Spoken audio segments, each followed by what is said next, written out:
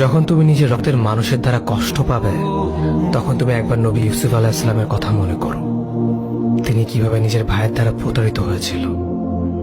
যখন তোমার বাবা মা না বুঝে তোমার বিরুদ্ধাচরণ করে, তখন নবী ইব্রাহিম আলাইহিস সালামের কথা মনে করো। তার বাবা তাকে আগুনে নিক্ষেপ করায় ভূমিকা রেখেছিল। যখন তুমি সমস্যা থেকে পরিত্রাণের জন্য কোনো পথ পাবে না, তখন ইউনুস আলাইহিস সালামের কথা ভেবো। তিনি কতটা সময় তিমি মাছের পেটে আটকা পড়েছিল। যখন তোমার নামে কেউ মিথ্যা অপবাদ ছড়িয়ে দেবে, তখন মা আয়েশা রাদিয়াল্লাহু আনহার কথা মনে করো। তার নামে পুরো শহর জুড়ে কুৎসা রচনা করা হয়েছিল। যখন তুমি অসুস্থ ব্যথার যন্ত্রণায় কাতরাতে থাকো, তখন নবী আইয়ুব আলাইহিস সালামের কথা ভেবো। তিনি ভয়ঙ্কর এক ভাইরাসজনিত রোগে আক্রান্ত হয়ে তোমার থেকে বেশি কষ্ট পেয়েছিল। যখন তুমি দিনের কোনো বিধান নীতিতে যুক্তি খুঁজে পাও না, তখন নবী নূহ আলাইহিস সালামের কথা ভেবো।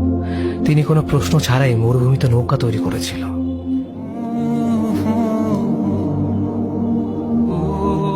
যখন তুমি আত্মীয়স্বজন, পরিবার, বন্ধু বান্ধবের কাছে হাসির পাত্রে পরিণত হও, তখন তুমি শেষ নবী হযরত মুহাম্মদ সাল্লাল্লাহু আলাইহি ওয়াসাল্লামের কথা ভেবো।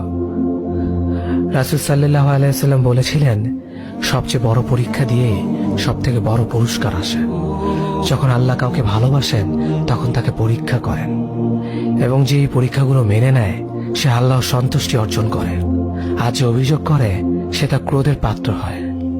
হে আল্লাহ, তোমার কথা মনে করা, তোমার প্রতি কৃতজ্ঞ হওয়ার এবং তোমার ইবাদত করার তৌফিক আমাদের দান করো।